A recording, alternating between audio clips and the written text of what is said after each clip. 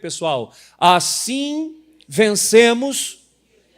Faz de conta que vocês não estão jejuando 40 dias. Vamos lá, pessoal, mais forte. Assim vencemos os dias.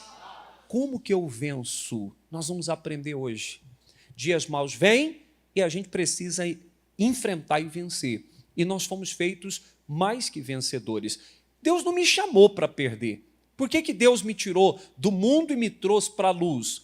Para me salvar, para me dirigir, me dar direção, instrução e para que eu vença. E como que se vence o dia mau? Nós vamos aprender contexto de Atos, capítulo de número 16. Abra a Bíblia em Atos 16, eu falei sobre isso quarta-feira aqui, mas o Senhor tem um pão novo a cada manhã. Quem crê nisso, diga glória a Deus. Não foi Jesus quem ensinou? Quando orares, orareis assim: Pai nosso que estás nos céus, santificado seja, venha a nós o vosso, seja feita, não é assim? Pai nosso que estás nos céus, Pai nosso que estás nos céus, santificado seja o vosso nome, venha a nós o vosso reino, seja feita a vossa vontade, assim na terra como nos céus. Aí vem o pão nosso de cada dia, dai-nos hoje. Todo dia Deus tem um pão novo. E essa palavra vai abençoar você. Capítulo de número 16, quem achou, diga glória a Deus. Eu quero ler a história e depois a gente vai explicar. Essa história não é tão desconhecida, não. Muita gente conhece. Capítulo 16, verso 16, diz assim: E aconteceu que, indo nós à oração, nos saiu ao encontro uma jovem que tinha espírito de adivinhação, a qual, adivinhando, dava grande lucro aos seus senhores.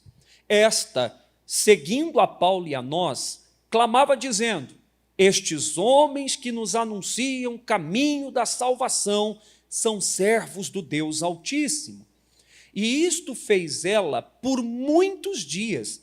Mas Paulo, leia comigo essa palavrinha, perturbado, voltou-se e disse ao Espírito: Em nome de Jesus Cristo, te mando que saias dela.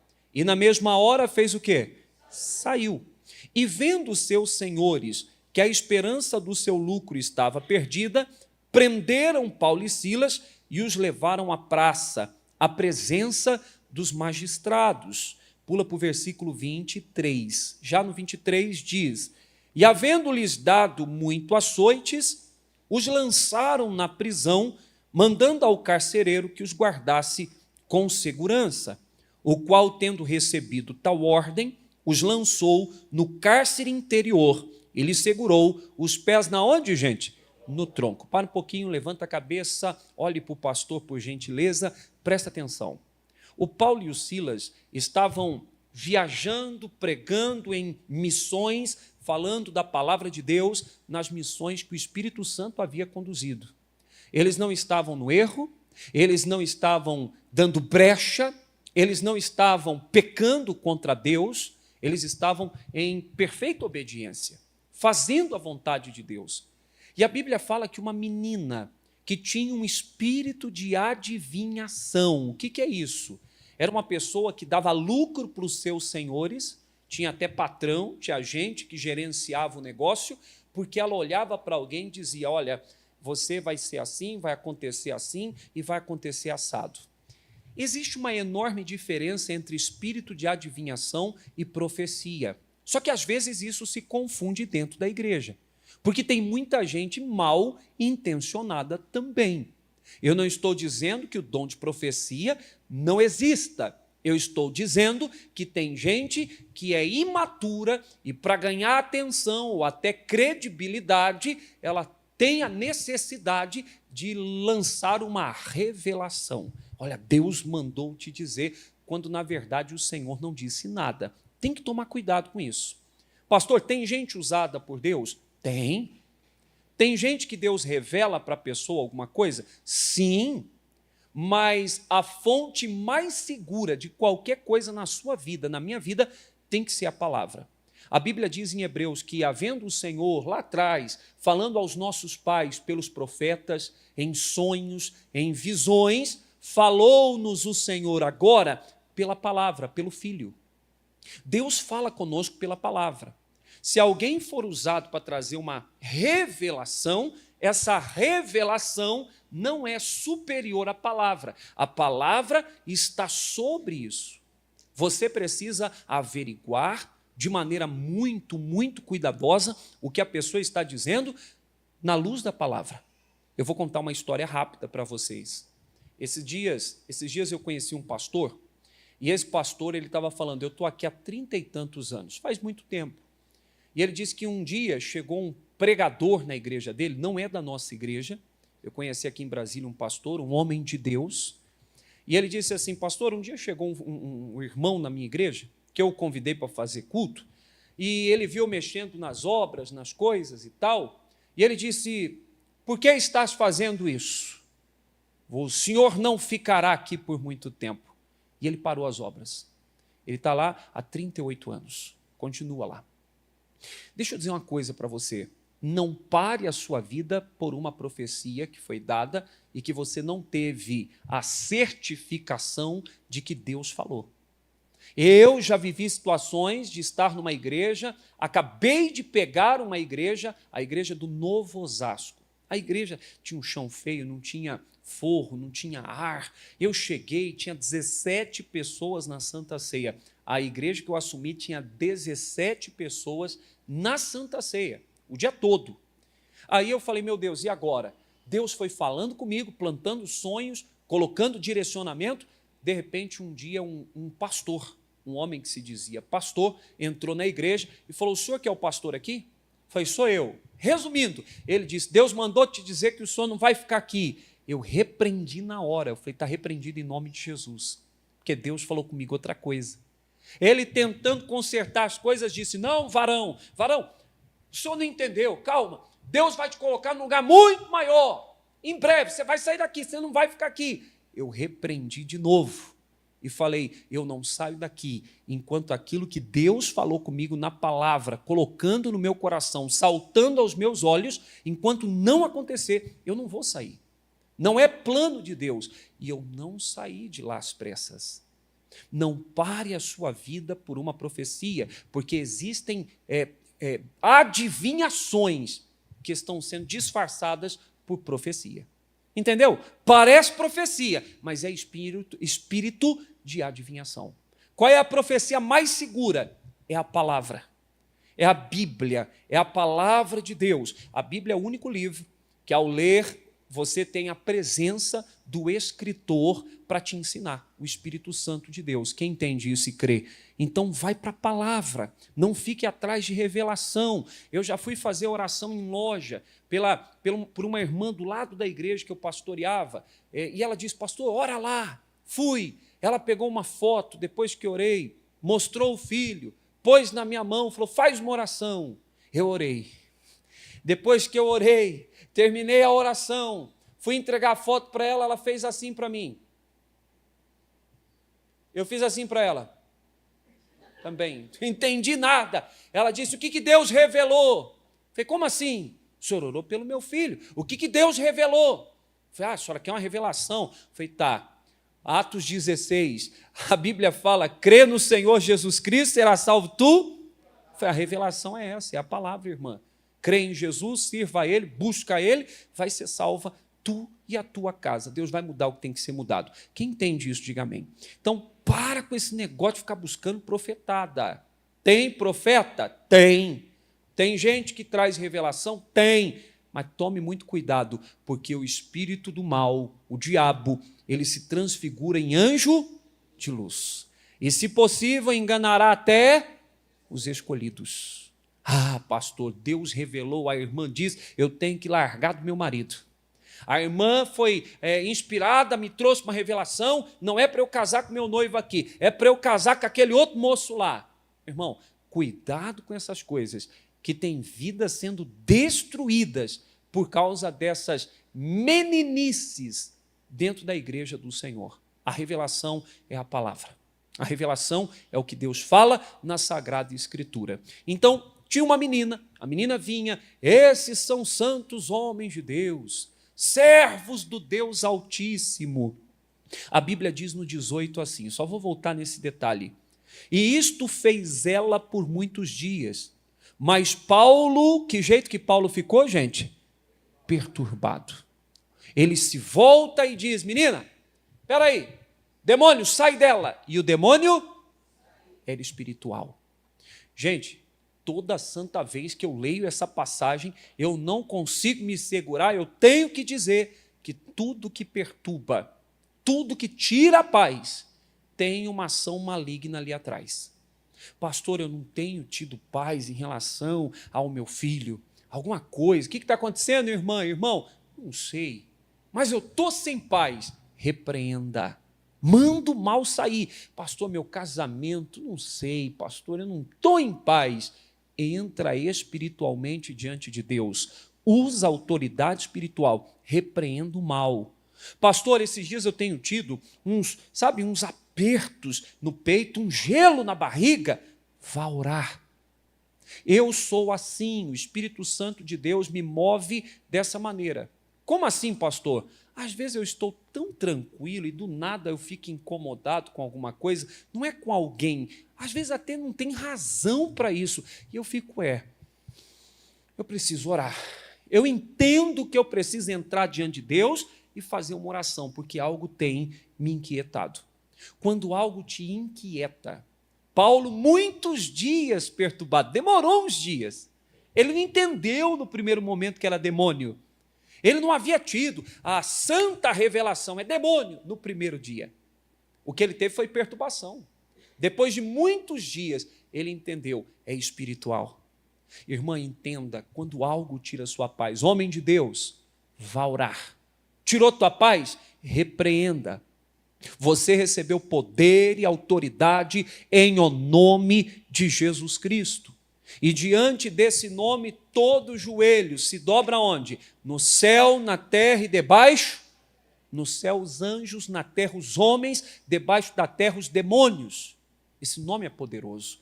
Então use o nome de Jesus diante daquilo que te inquieta. Quando Paulo fez isso, o demônio saiu. Só que quando você faz a vontade de Deus, isso não é sinônimo de que você vai ter muita tranquilidade na vida. Paz no coração, sim. Tranquilidade e falta de problema, não. Porque os homens que ganhavam dinheiro com esse espírito na vida da menina ficaram malucos. Não, isso é um absurdo. E agora? Acabou com a fonte da nossa renda.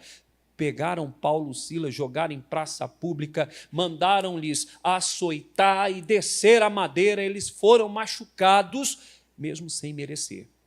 Quem faz as coisas certas, nós temos uma maneira de pensar, e é bíblica, só que a gente tem que entender as coisas. A Bíblia diz, tudo que o homem planta, o homem colhe. José plantou fidelidade, sim ou não? José, do Egito, plantou fidelidade, mas a vida dele teve problema? Teve problema, sim ou não? E Deus honrou? Então, tudo que você planta, você colhe. Mas há um intervalo entre plantação e colheita. E nesse intervalo, levanta o dedo assim, 2, levanta 2, por favor, faz favor. Agora você nem olha para quem está do lado, fala só assim, no intervalo às vezes tem chicotada para falar para quem está do lado, não é?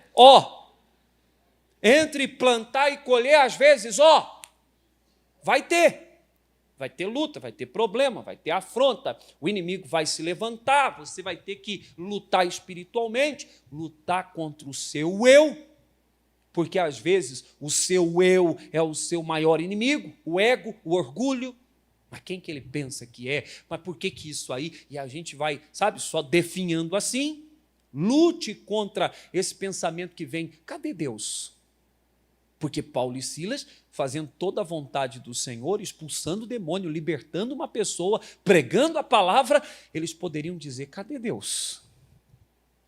Eu faço a coisa certa, eu sirvo a esse Cristo, estou pregando Cristo que ressuscitou, falando do amor de Deus, e me vem cadeia, prisão, não vale a pena.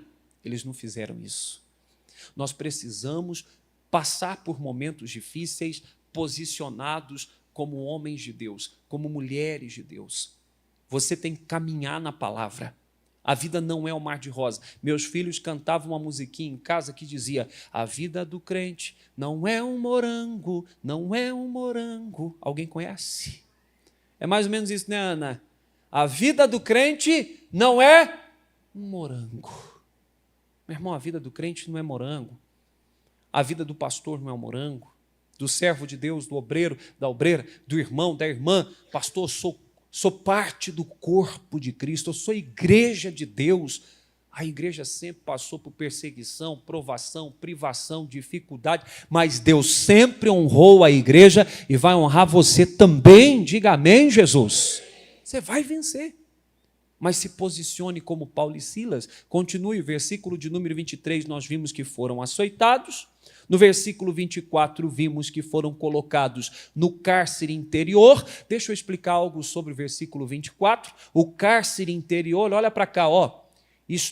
A história diz, a história mostra, os historiadores contam que era uma cadeia cujo teto era baixo. Não dava para ficar ereto dentro dela. A única maneira de esticar o corpo era no chão. Só que tinha um problema, ó, se ficar de pé é assim, e os pés amarrados ainda no tronco. Se ficar de pé é desse jeito lá dentro. Paulo, fala, Silas. Tá fácil não, né? É complicado. Era desse jeito aqui. Vamos esticar o corpo. Tinha que deitar no chão e esticar. Só que o chão era sujo de urina e de fezes. Não tinha direitos humanos. Eram as chamadas masmorras, quer dizer, ficava debaixo das propriedades do governador, do faraó ou da autoridade vigente no determinado lugar que o preso estava. Então era lá embaixo. E conta-se que os esgotos, meu irmão, naquela época não tinha tubulação, que coisa linda, olha lá, e aí a água é tratada para depois ser jogada no rio. Era assim? Caía na cabeça dos presos, ficava na cadeia. Então, Paulo e Silas estavam machucados, em meio à sujeira, dejetos, cocô, xixi, estava ali, tudo ali. E eles estavam nessa situação injustamente. Versículo 25, que é maravilhoso e eu amo, diz aí: perto da meia-noite, o horário místico, para muita gente sombrio, a hora do terror, não é? Perto da meia-noite, Paulo e Silas faziam o que, igreja? Oravam e cantavam hinos a Deus, de maneira que os outros presos escutavam. Olha para o pastor aqui, por favor, escuta isso. Não merecia, estavam machucados, eles só estavam fazendo bem, e mesmo assim, eles estavam num lugar horrendo, feio, fedido. Eles não mereciam aquilo, mas eles estavam orando e cantando hinos a Deus. E não era uma oração tímida e um louvor acanhado. Era uma oração, um louvor que os outros presos ouviam. Todo mundo estava escutando Paulo e Silas, mandando ver: Deus, o Senhor é demais. Jesus, nós te amamos. Nos alegramos na perseguição porque o Senhor é fiel. Manda daí que eu solto daqui, Silas. E começaram a cantar. Como você reage quando a vida lhe é ingrata? Como você lida com os seus problemas, com os seus dias maus, quando tudo dá para trás? Você que está aqui hoje. Pastor, às vezes em casa, dá tudo errado, meu marido, e aí eu já pego e falo mesmo: mas marido, você não presta, e eu vou para cima, viu, pastor? Tem mulher que é assim. Tem homem que é desse jeito, quando tudo dá errado, ele chega em casa e não importa qual é o jantar. O que tem para janta? Ele só precisa de uma resposta para poder brigar. Tem carne moída, boi ralado de novo, não aguento mais essa comida. Não é assim? Tem gente que não lida bem com os dias maus. Tem gente que não lida bem com os dias maus. Tem gente que, quando repreendida no seu erro, espana, solta o bicho da goiaba que tem dentro. Quem já mordeu uma goiaba bonita e dentro dela tinha um bichinho fazendo assim: oi. Pastor, ele só não falou oi, mas fez assim. Quem aqui já passou por isso? Hein? tem gente dentro da igreja que é exatamente como uma goiaba que tem bicho dentro. Quando a vida aperta, lá mostra o que tem dentro dela. Revolta, nossa, chateação, coração, sabe? Triste, pastor, que absurdo. Meu irmão, nós não podemos ser dessa maneira. Paulo e Silas oravam. Paulo e Silas cantavam. Existem duas coisas que têm que ser, sabe, tem que ser na nossa vida algo comum diante de momentos bons e principalmente diante dos momentos ruins: a oração e o louvor. A oração é a ferramenta com a qual eu saio do mundo natural e acesso o mundo divino. Escutou o que eu disse? Vou falar de novo, com outras palavras, escuta. A oração é como uma escada que eu subo quando fecho os meus olhos, e cada palavra que eu vou colocando é como um degrau que eu vou subindo, e eu vou chegando diante do trono de Deus. E nela na oração, eu sou alimentado, tocado, curado, recebo o favor divino, trago Deus e o seu exército para a minha guerra, para as minhas lutas, para me socorrer, tudo isso por meio da oração. Se a gente abrisse, eu não vou abrir, Jeremias 33:3, que é famosíssimo, diz assim: clama a mim, responder-te-ei, e anunciar-te-ei coisas grandes, que ainda não sabes. Deus está clamando, Deus está convidando, clama, eu respondo. Clama que eu te mostro o que você precisa ver e faço mais ainda, porque eu sei fazer aquilo que você nem esperava. A oração faz isso. Você tem orado diante das situações? Ou você logo já sai correndo para tentar, pastor, de alguma maneira, eu tenho que resolver. O ser humano é assim, ele é precipitado.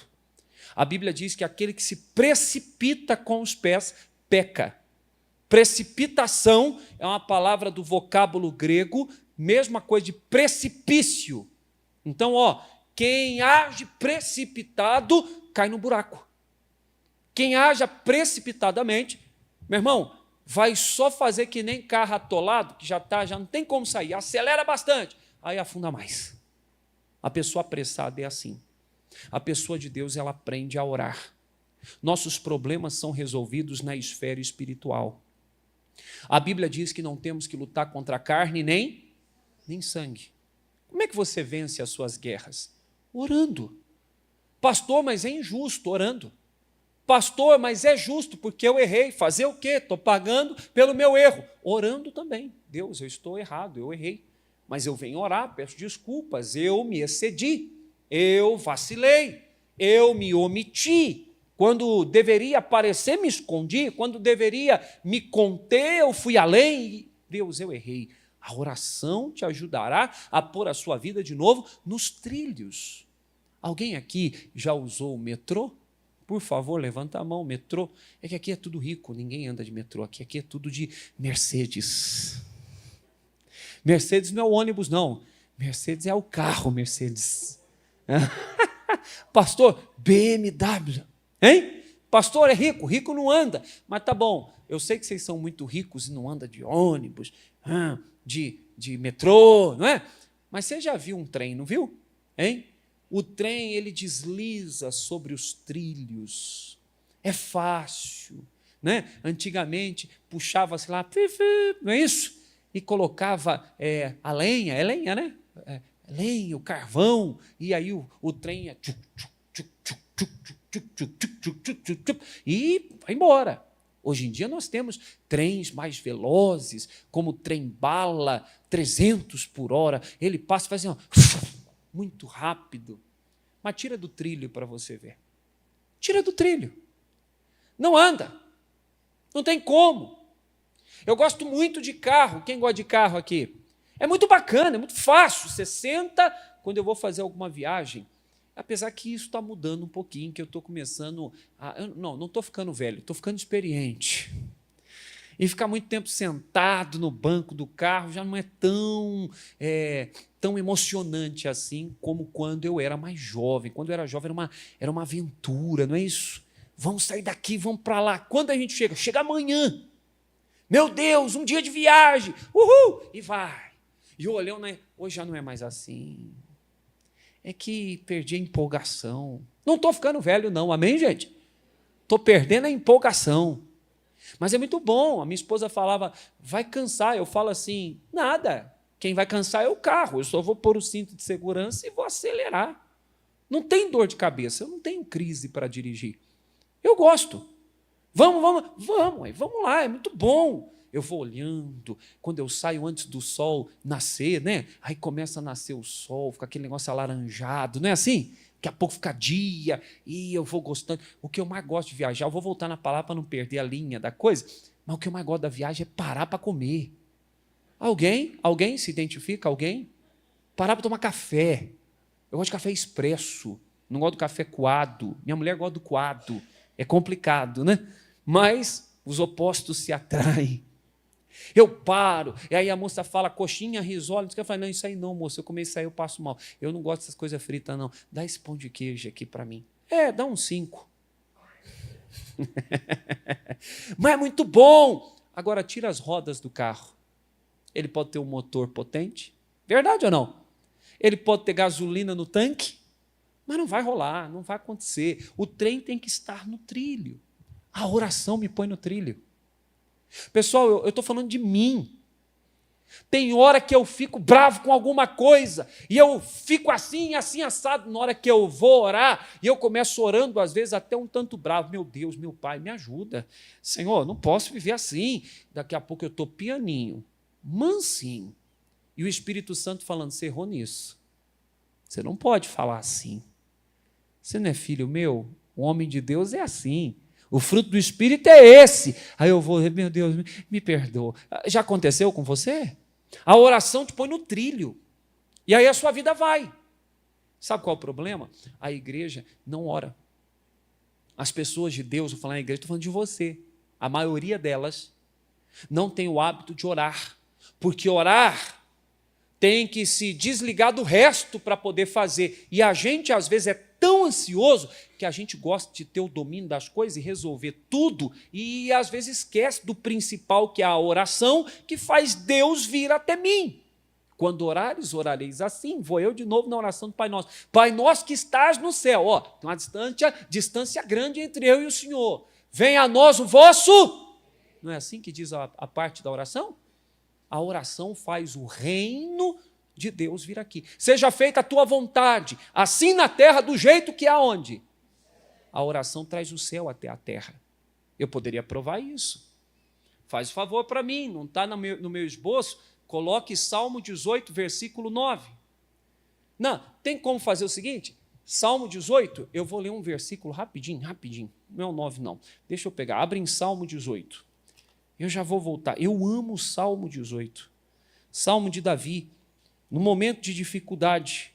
Salmo 18, versículo de número 9. Se você ler o versículo 6, ele fala, na angústia invoquei ao Senhor. O negócio não estava bom para Davi, não. Aí no versículo de número 9, depois que Davi clama, quando cordas do inferno prendiam ele, bota o versículo 9 na tela, que diz assim, abaixou os céus e fez o quê? E desceu. Não, volta. Vamos fazer o seguinte, versículo de número 6. Vou ler corrido, ó. Na angústia invoquei ao Senhor e clamei ao meu Deus. Quer voltar os olhos no versículo 5? Por que ele clamou? Cordas do inferno me cingiram. O diabo investiu contra mim, Davi falou, e conseguiu me prender. Versículo 6. Na angústia, nesse momento que o diabo prevalecia, eu invoquei ao Senhor e clamei ao meu Deus. A oração aqui. Desde o seu templo ouviu a minha voz, e aos seus ouvidos chegou o meu clamor perante a sua face. Então a terra, quando a minha oração entrou diante de Deus, a terra se abalou e o que mais? A oração é poderosa, sim ou não?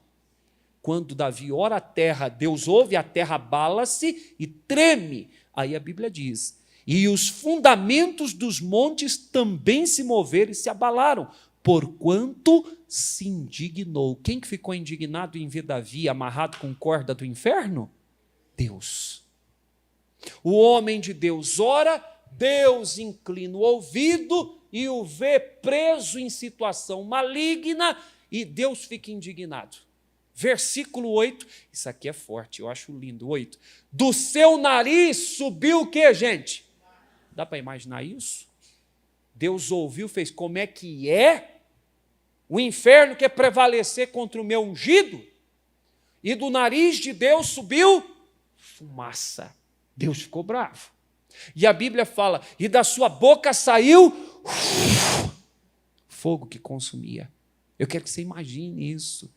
Eu vou imaginando isso, vai me arrepiando os cabelos dos braços. É muito forte. Aí a Bíblia fala, carvões se acenderam dele. Começou a acender o chão na frente do Senhor. Abaixou os céus e desceu. E a escuridão estava debaixo de seus. O que Deus fez quando Davi ora? Ele abaixa o céu vem até a terra. E Deus abaixa o céu e faz assim, ó, e desce. Ah, meu irmão, aí as cordas do inferno são arrebentadas. Plá! Aí o diabo não prevalece.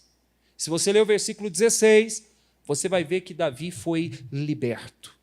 Se você ler o versículo 16, 17, você vai ver que livrou-me das muitas águas, do inimigo que era mais poderoso do que eu. Eu não conseguiria, mas minha oração fez Deus me dar livramento. Quem aqui precisa de livramento? Quem precisa de intervenção divina? Ore. Bata seu joelho no chão. É sério. Pastor, não consigo ajoelhar, porque... então planta bananeira. Bananeira é mais difícil, pastor, não consigo, não dá bananeira. Então, sentado, de pé, de qualquer jeito, desde que teu coração encha o céu com a sua oração, colocando diante de Deus, com toda a sua fé, aquilo que tem prendido você, que tem te perturbado. Paulo e Silas começaram a orar. Estavam presos, começaram a orar. Estavam com dificuldade, vivendo injustiça, e estavam orando. É assim que você tem que fazer. Jonas na barriga do peixe. Jonas capítulo 2, versículo 1. Tem como pôr na tela? Jonas capítulo 2, livro do profeta Jonas. Jonas, diferente de Paulo e Silas estavam vivendo um momento de injustiça. Quem concorda com isso? Não mereciam estar presos. Mas Jonas merecia estar na barriga do peixe. Quem concorda com isso? Porque ele estava vivendo uma consequência de suas próprias ações. Deixa eu falar uma coisa aqui. Tem gente dentro da igreja que tem um ar de vitimismo tão grande em seu coração, que é tão amado por Deus, mas é tão vítima que quando as coisas dão ruim na vida dela, sempre é injustiça. Mas nem sempre é. Tem gente que em seus momentos de mais dificuldade na vida, apenas estão colhendo o fruto de suas sementes. Existem desertos que você passa e Deus te leva, e existem desertos que você vai porque cometeu um erro. Como, por exemplo, a Agar, eu preguei sobre isso, lembra disso? Agar foi para um deserto, a Bíblia diz que ela escolheu ir, o anjo chega e fala, volta. Quem mandou você vir? Você não vai prevalecer aqui não, pode voltar e se humilhar lá. Não, mas a Sara é ruim. Volta, eu não mandei você ir. Aí, uma outra ocasião, a Bíblia fala que o anjo do Senhor falou para Abraão, deixa ela ir. E ela vai para o deserto com um pouquinho de água, um pouquinho de pão. Acaba a água. Ela deixa o menino numa distância de uma flecha, um tiro de flecha, alguns metros. E o menino começa a chorar diante de Deus. Ela não queria ver o menino morrer, não tinha água. O anjo aparece e fala, Agar, o que foi? Falei, acabou a água, e meu filho vai morrer, eu não aguentava ver ele morrendo, mandei ele ficar lá e vim para cá para não assistir a tragédia na vida do meu Ismael, e eu vou ficar aqui. O anjo falou, Agar, Deus vai ser com o menino, não tem promessa na vida dele? Olha ali do lado, ela olhou, tinha uma fonte de água. Quando você enfrenta desertos, porque você foi vítima, porque algo aconteceu, Deus dá provisão. Toma muito cuidado para não entrar em desertos por causa do seu orgulho, por não aceitar a repreensão de Deus, por ser uma pessoa queixo levantado, nariz empinado e não se curvar diante do Senhor. Toma cuidado para não se achar tão sabichão, sabichona e ficar provando de deserto, consequência de escolhas suas. Agora, quer uma coisa boa? O Senhor é tão bom que ouve oração até de quem está errado. Quem aqui já provou de deserto na vida estando errado? Levanta a mão, pastor, é culpa minha mesmo. Quem já passou por isso? Quebrei a cara por escolha errada. Levanta a mão, fazendo favor. Pastor, eu pensei que estava com a pessoa certa. E eu sabia que não era. Teve um momento que eu sabia. Mas daí, pastor, quebrei a cara pesado. Quem já passou por situação semelhante? Escolhas. Quando Jonas estava nesse momento da vida, capítulo 2, versículo 1, dentro da barriga do peixe, por favor, põe na tela para a gente, 2:1 de Jonas. Põe aí, meu amigo. E orou Jonas ao Senhor, seu Deus, das entranhas do peixe. Versículo 2. E disse, na minha angústia, clamei ao Senhor. Ele me respondeu, do ventre do inferno, ele chama aquela situação de quê, pessoal? Inferno. Insustentável, insuportável. Não tem como vencer isso aqui. Então, quer saber? Deus, ele gritou, e o Senhor ouviu a voz de Jonas. O versículo 10 fala que ele dá ordem, Deus dá ordem ao grande peixe, que vem emergindo e vai até a praia, como Deus é bom, né? Porque se o peixe vomitasse ele lá debaixo da água, na profundeza do oceano, você já mergulhou uns 5 metros de profundidade? Quem aqui já foi numa piscina, mergulhou assim fundo? Como é que é a pressão no ouvido? Você imagina no fundo do oceano, hein? Então o Senhor manda o peixe subir e vomitar na areia. Ele não teve nem trabalho de nadar. O peixe veio na areia, plum, ele deve ter ficado enrolado a milanesa, empanado. Teve que voltar na água de novo para dar uma...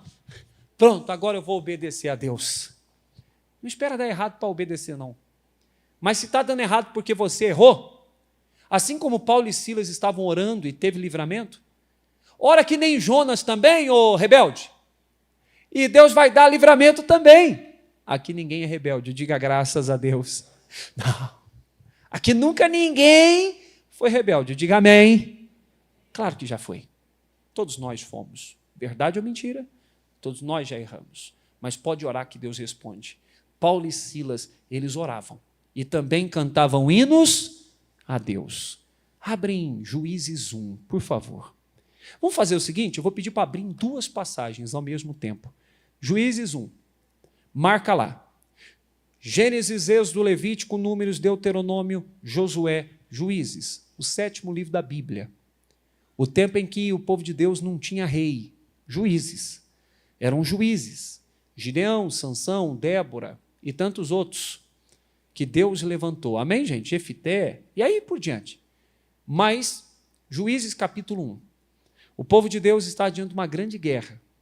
E Deus deu uma direção bonita. Eu não tenho isso no esboço, mas eu vou ler isso para você. Agora, antes de ler isso, vocês acharam Juízes 1? Acharam? Então, agora abra, por favor, Salmo 22. Salmo 22. Deixa marcado assim, ó. Juízes está aqui, aí você vai para o Salmo 22. Usa aí os dedinhos aí e marca, tá bom? Vai lá. Pastor, o que o senhor vai falar agora? Eu vou falar sobre louvor. Você precisa aprender a louvar a Deus. Não, mas eu não canto. Mas não, eu não falei que você tem que cantar. Eu falei que você tem que louvar a Deus. Então, pastor, louvar significa engrandecer, enaltecer, sabe? As grandezas do Senhor. Quando eu estou, por exemplo, dizendo assim, o Senhor é bom, o poder de Deus é grande, Deus é maravilhoso, eu estou louvando a Deus. Quando me recordo dos seus feitos e digo, foi Ele quem abriu o mar vermelho, eu estou louvando a Deus. Foi Ele quem fez água amarga ficar doce, eu estou enaltecendo a virtude do meu Salvador. Entende? Isso é louvor. Como cantar aqui também, Tu és fiel, Senhor, eu sei que Tu és fiel, é louvor também. E no Salmo 22, 3, olha o que diz a Bíblia, eu vou ler primeiro o Salmo 22, 3, que diz assim, porém Tu és santo, inigualável, separado, não tem outro igual. o que habitas entre os louvores de quem? De Israel. Onde Deus habita? Em meio ao louvor. Pastor, aonde Deus habita? No meio do louvor. Deus não habita na murmuração. Se você puder, depois marca aí para ler 1 Coríntios 10, 10. A Bíblia diz que a maior parte do povo de Israel pereceu e foi prostrado com seus corpos no deserto, porquanto murmuraram. Na murmuração e pereceram pela mão do destruidor. Na murmuração não tem Deus, na murmuração tem demônios. Escutaram o que eu disse? 3 pessoas e olha lá, acho que 2. Quem escutou o que eu disse? Na murmuração tem demônio. Poxa vida, é muito difícil. Para de falar isso. Arranca do seu dicionário. Eu posso todas as coisas naquele que me fortalece. Nossa, essa situação é muito difícil. Pastor, eu tenho. Olha a declaração de posse da coisa ruim. Eu tenho diabetes. Eu tenho osteoporose. Eu tenho um problema nos rins. Eu tenho um mal chamado trombose. Eu tenho bronquite. Para com essas coisas. Você não pode, com seus lábios, engrandecer a ação, as feituras do diabo. Você tem que louvar a Deus. Então, eu tenho a cura. O Senhor é o Deus que me sara. Está escrito, pelas pisaduras de Jesus fui sarado, meu irmão. Deus é comigo. E aí, pastor Eduardo, como é que está? Está na luta? Luta grande, né? Mas Deus é maior, hein? Você não precisa mentir para ninguém. Um dia aqui na igreja eu falei, irmã, como é que é? Falei, tem que falar que está bom, né, pastor? Eu falei, como assim? Ninguém falou que tem que falar que está bom. Tem que crer que vai ficar bem. Porque no final dá tudo certo. Eu creio em Deus. Amém, gente? Então, Deus habita no meio do louvor. Em Juízes 1, que vocês abriram, o texto sagrado diz assim, versículo também de número 1. Josué Juízes, capítulo 1, verso 1. Deixa eu pegar aqui que eu não abri. E isso não está no meu esboço. Diz aí. E sucedeu depois da morte de Josué, o povo estava lutando para entrar na terra. O povo estava batalhando. Que os filhos de Israel perguntaram ao Senhor, dizendo, deixa eu só me corrigir, o povo tinha entrado na terra, mas os inimigos estavam lá. Eles tinham que guerrear para tirar os inimigos de Canaã. Cada tribo tinha a sua guerra, como cada pessoa aqui tem a sua guerra, diga amém. Quem dentre nós primeiro subirá aos cananeus para pelejar contra eles? Deus, qual tribo vai primeiro? E disse o Senhor, Judá subirá, e eis que lhe dei essa terra na sua mão. Sabe qual é o significado de Judá em hebraico? Eu já falei sobre isso aqui. Adoração, louvor. Judá significa louvor. Quando as 12 tribos se reuniram perante o Senhor, não tinha mais o grande líder Moisés, já tinha morrido há um tempo, não tinha mais Josué o guerreiro, Moisés era o pacífico, Josué era o guerreiro. Eles não tinham nem a paz e nem o líder da guerra, mas eles tinham o Senhor e entraram diante de Deus e Deus fala, Judá sobe. Irmão, toda vez na sua vida que você tiver uma guerra, a primeira coisa é o louvor. Se você continuar lendo, você vai ver que Judá vai até o seu irmão Simeão e diz, sobe comigo, depois eu subo contigo, vamos fazer uma aliança? E o Simeão topa, vamos para cima. Simeão significa obedecer. Então, toda guerra que eu enfrento tem que ser como Paulo e Silas, orando e cantando hinos a Deus, louvor. Eles sobem com louvor e com obediência, com Simeão. E a Bíblia diz que eles vencem o que cortava o polegar. Oh, meu Deus, cadê o nome desse homem? Eu vou pegar agora aqui. O Adoni-Bezeque, que cortava os polegares dos reis que ele vencia. Ele tinha um hábito, esse rei. Ele cortava polegar da mão e polegar do pé. Polegar da mão, você já tentou pegar, por exemplo, farelo de pão sem o polegar da mão? Tenta. Dificulta. Você já tentou ficar de pé e sem apoiar o dedão, o polegar no chão?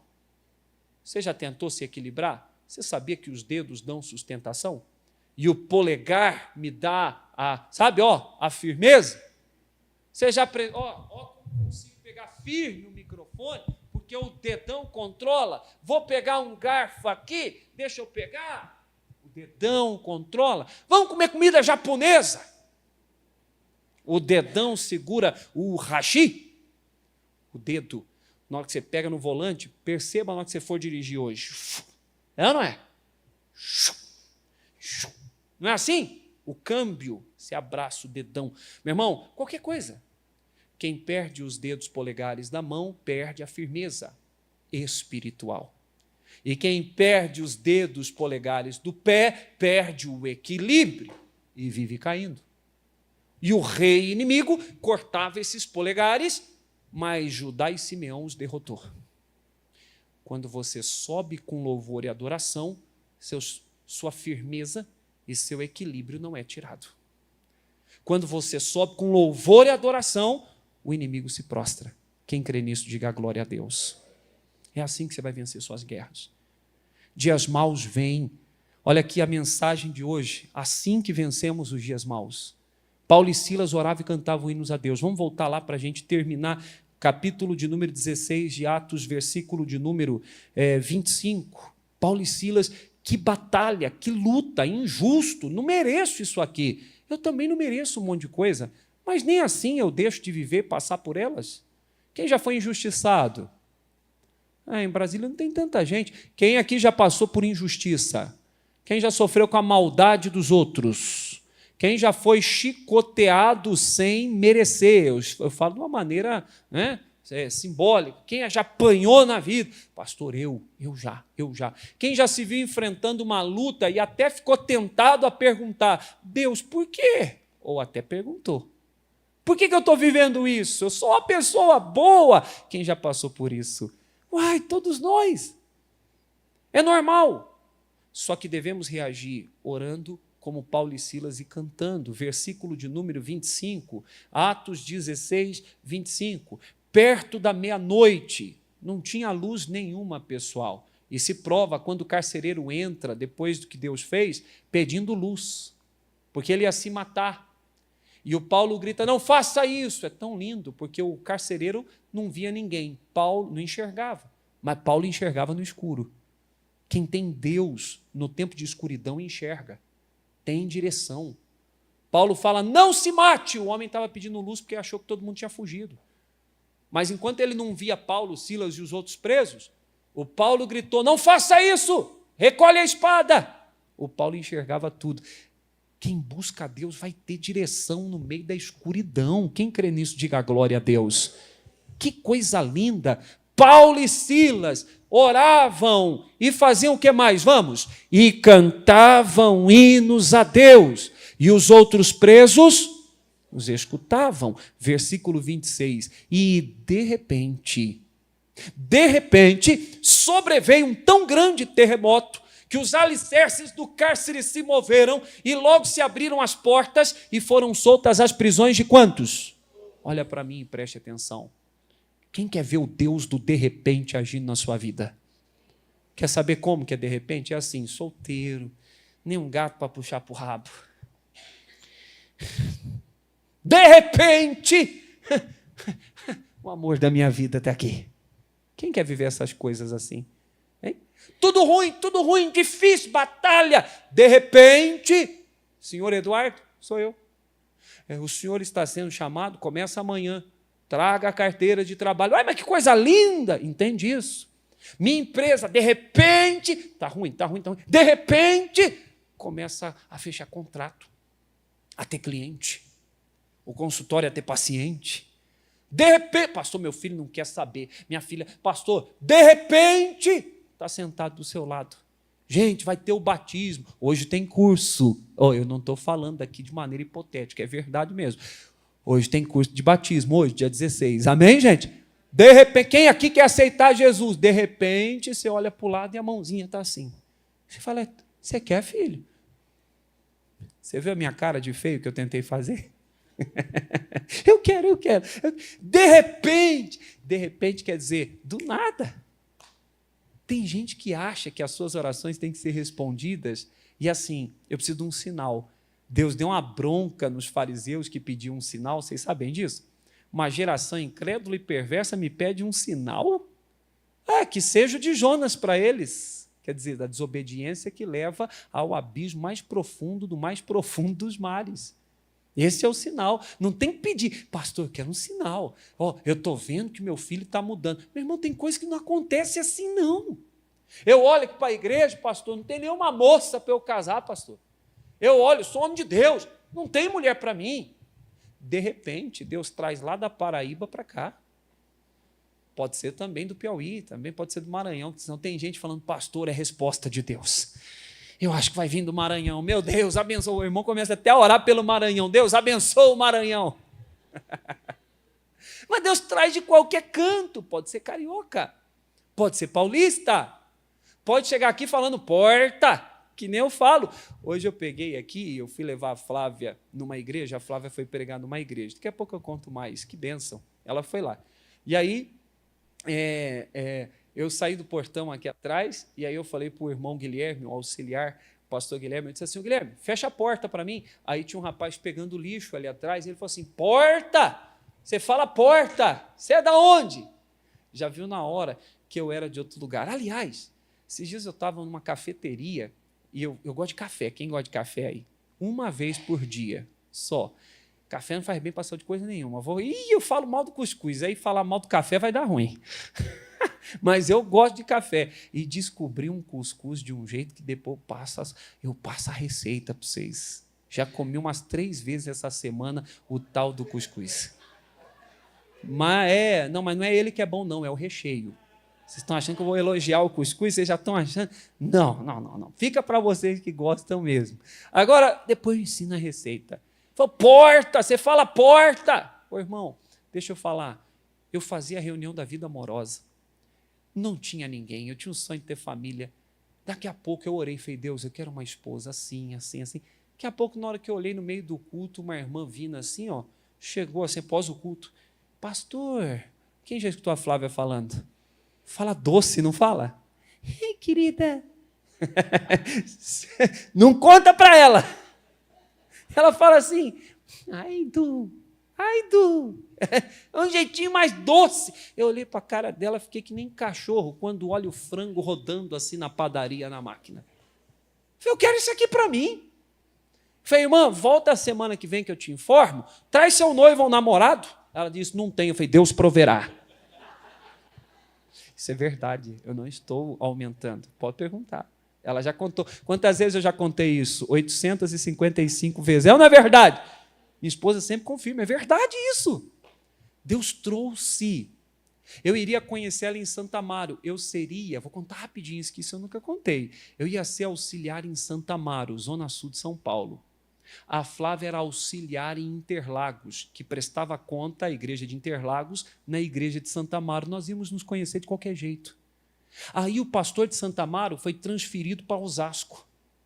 E aí, quando chegou o momento que eu tinha me apalavrado com ele, eu falei, pastor, estou abandonando tudo, abandonei tudo, trabalho no banco, tudo. Falei, estou indo embora. E ele falou assim, não estou mais em Santa Amaro, estou em Osasco. Fui eu para Osasco. A pastora que a Flávia auxiliava foi transferida para o Rio Pequeno. E aí ela foi conhecer a sede de Osasco. Quando a Flávia foi conhecer a sede de Osasco, quem estava no altar? O Brad Pitt aqui. E aí eu vi ela. Se não fosse assim, teria sido em outro lugar. Porque o que Deus tem para a gente, ninguém tasca. Ninguém toma. Quem crê nisso, diga glória a Deus. Crê em Deus, de repente. Você está sozinho aí, de repente. Pastor, que dor. Sexta-feira, Micael, nós tivemos um milagre aqui, o Micael gravou. Eu não tenho ele para mostrar para você, mas queria ter.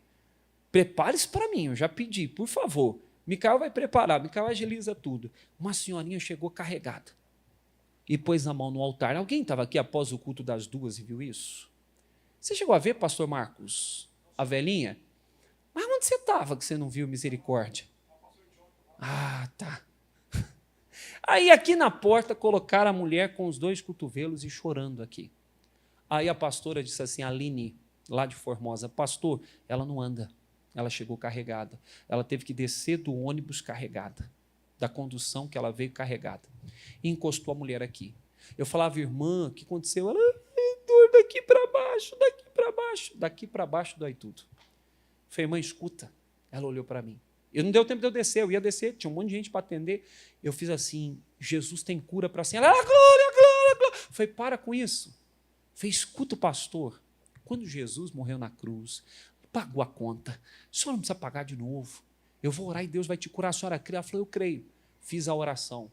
Na hora que eu falei amém, eu não pedi nada. Ela soltou do altar e começou a correr aqui na frente. Ela começou a correr. Pastor, o que o senhor quer dizer com isso? A mulher chegou carregada por 2 pessoas. E começou a correr. Sabe como foi isso? Como? De repente. Porque Deus é um Deus de repente. É um Deus de repente. Você entra de um jeito, sai de outro. Você faz uma oração, Ele responde.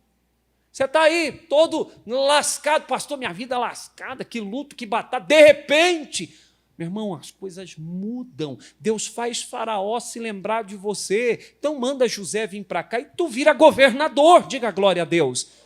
É de repente, está morto, morreu o nosso Senhor. De repente, Jesus entra, sem abrir a porta, no cenáculo onde os discípulos estavam.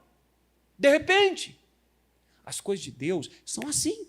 Às vezes eu não vejo o sinal. Isso para mim é um problema, porque eu gosto de ver o negócio melhorando. Fumava 2 maços de cigarro, pastor, agora fuma 1 só. Agora fuma só 3 por dia. Agora 1 só. A gente precisa, às vezes, ver um negócio gradativo, mas nós temos que entender que existem operações de Deus que são, e que esse de repente é movido por 2 coisas. Quais? Oração e louvor.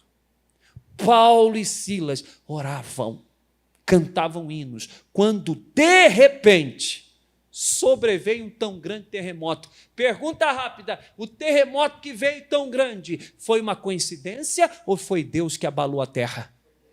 Na hora certa. Eu falei que o cárcere era como uma masmorra interior, do jeito certo, porque só abriu as cadeias, não desabou o teto. Parou para pensar? O que Deus faz, às vezes, pode até assustar, mas o teto não cai. Quem crê nisso, diga a glória a Deus. Pode ficar tranquilo. Você está com a vida meio abalada, tem um terremoto acontecendo? Alguém tem se visto em meio a um terremoto aí? Por favor, levanta a mão. Tem alguém? Fica tranquilo que é só para abrir a porta. Não vai derrubar o teto. Vai só te trazer bênção e libertação. Fique em paz. Esse vendaval, esse terremoto, essa tempestade, esse tremor na vida é para o bem. Vem coisa boa aí. E quando veio o terremoto, moveram-se, o alicerce do cárcere se moveram, e logo se abriram todas as prisões. O que está na sua vida te prendendo será vencido com oração e com louvor. É assim que você vai vencer os dias maus. Vamos aplaudir Jesus bem bonito que Ele merece. Diga amém. Oração e louvor. Eu quero fazer um